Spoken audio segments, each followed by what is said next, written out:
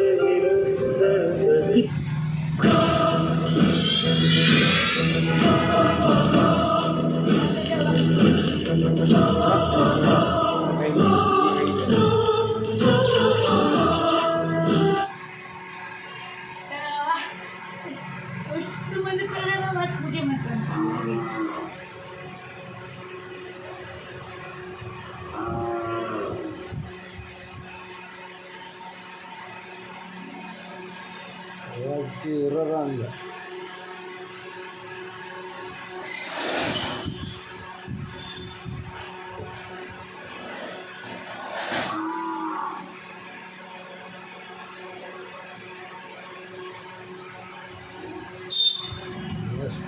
ಚೆನ್ನಾಗಿ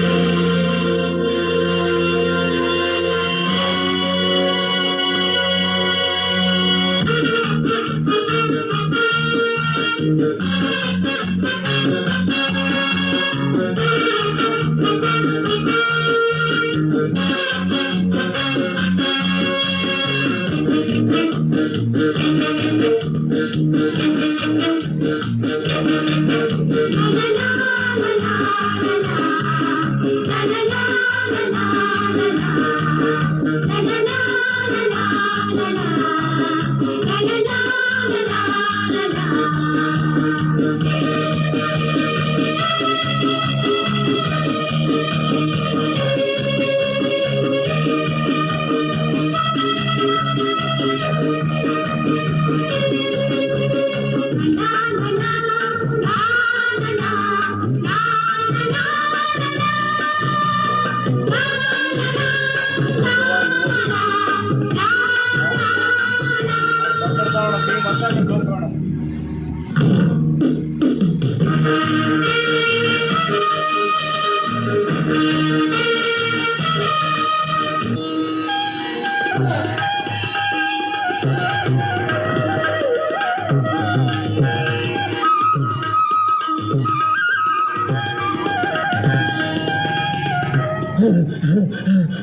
boss boss